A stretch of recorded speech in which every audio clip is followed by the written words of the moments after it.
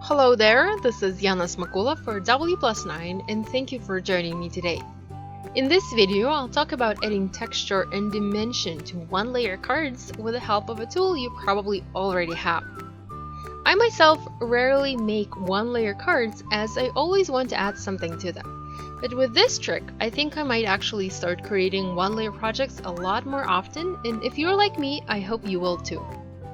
Before we get to the trick part, I actually need to go ahead and stamp something for my cards. I'm going to be using the Fresh Cut Wreath stamp set today, and I'm going to stamp 4 cards in total, just so that I can try various color combinations and so that I do different sentiments and basically have cards for different occasions. I'm not going to focus on stamping part much as there's nothing special to it this time, but I will show you the process real quick. So I'm using my Mini Misty stamp positioner today, and I've already prepared 4 panels that are cut to 4¼ by 5½ inches. And you can actually skip using panels and just go ahead and do the stamping on a card base directly, but I prefer to stamp on a panel and then adhere it onto a card base. I also did some test stamping beforehand, and to figure out how to align these images, I printed a stamping guide from the W+9 website. It's very helpful.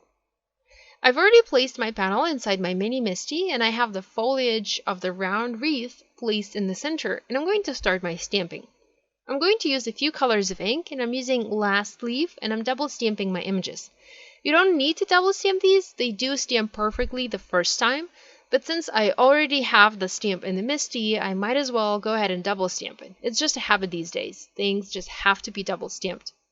For my second panel, I'm using Appletini ink. For the third one, I'm stamping with Mojito, and I'm cleaning my stamps when I change colors. I'm just not showing that on video. The last color of ink that I'm going to use to stamp the leaves is a very light gray color, Fairy Dust, and I really like it. It is perfect for very soft projects, and it goes well with pretty much any other color out there. Next, I'm going to stamp the flowers, and again, I'm using a variety of ink colors. I'm starting with Hayride, and I have the leaves stamped in Last Leaf here.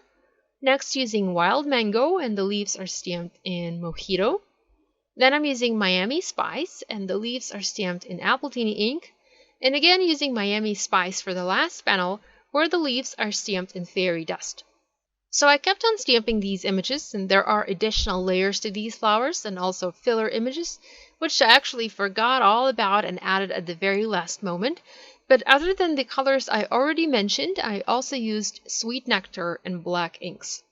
I also used my Misty to stamp these sentiments, and I first stamped Hello on all of these. The Hello is from the hand-lettered Hello stamp set, and to mix things up, I added various additional sentiments, such as Sweet Friend, Beautiful, Gorgeous, and Sunshine. In case you're wondering, it took me about 25 minutes to stamp these 4 panels. Now, you can by all means leave those as is and use on cards, but like I mentioned, this video is all about adding texture and dimension to your one-layer cards. And one way to add texture and dimension is by using embossing, by dry embossing your cardstock. You can use an embossing folder for this, but for one-layer cards, I feel that embossing folders just add a bit too much dimension. Plus, I want the embossing to match to my stamped design, and this can be done by creating your own embossing plate. For this, you will need a die-cutting machine, embossing mat, and a die. Here I have a piece of cardstock, and this is a half of a letter sheet, so larger than my stamped panel, and I'm going to use the Hello die, the hand-lettered Hello, to create my embossing plate. In order to space everything out evenly, I'm going to create grid lines going diagonally on my cardstock to help me align the die. Usually I would use a pencil instead of a pen, but I'm using a pen here so that the lines are visible on the video, and I would also use a ruler instead of a clear block. But again, my desk is a mess and I can't find a ruler, so I'm using what I have, and in my case, it's a clear block with grid lines. And I'm also going to add vertical lines to this piece, again to help me align my die a little better. Now, you don't have to do this, you can eyeball the placement of the die, and I've done that in the past, but I prefer to add these grid lines. So the next part is to actually die cut the design in this cardstock panel. This is a little time consuming, but this embossing plate that we're making can be used many different times. It's not a one-time use thing.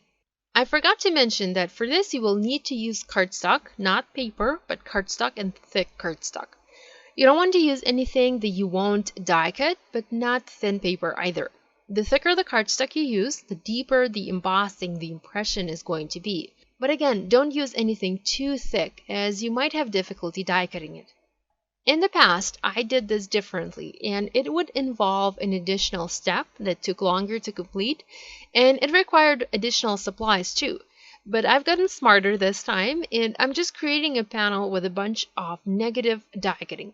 In the past, I would die cut these images and would adhere them, the positive images, onto another panel, and would use that as an embossing plate.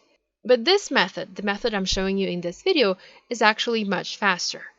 So I like to start in the middle of my panel and work my way out.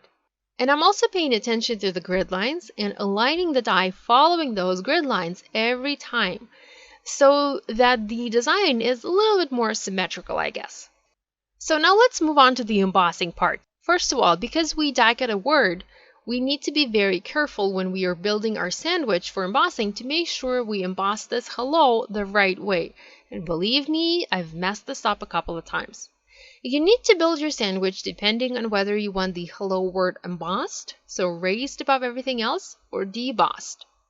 I want mine embossed, so I've done some test embossing to show you the difference. Here I have it embossed incorrectly. It's actually debossed into the paper and everything else is raised. So this was debossed and I want it embossed on my cards. So the way you need to build your sandwich is this way. Place the stamped piece front side up behind the die cut panel. Make sure the die cut panel is also facing the front side up. And then flip it and place onto the plate of your die cutting machine. So the front of everything is now facing down. Now for embossing, you're going to need an embossing mat. This is a tan embossing mat from Spellbinders.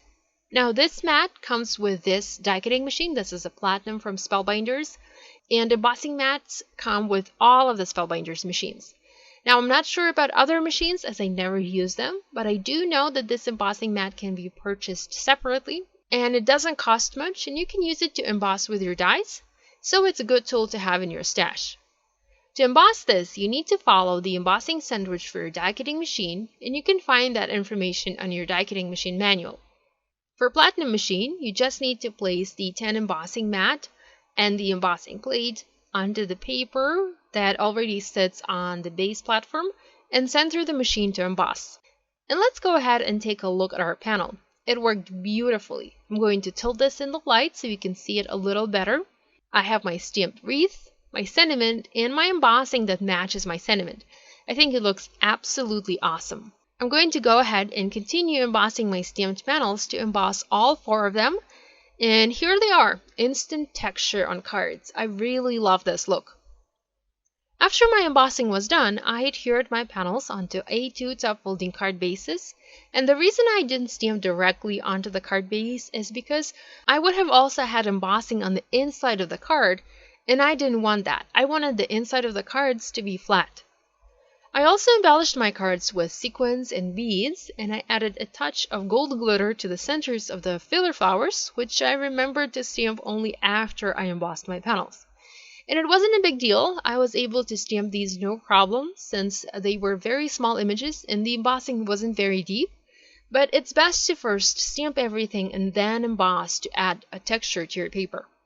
Here's a closer look at all of these one-layer cards with some extra texture and dimension. I hope you like this idea and I hope you'll give it a try. Thank you so much for joining me today. Be sure to check out W+9 for more creative inspiration. See you next time. Bye!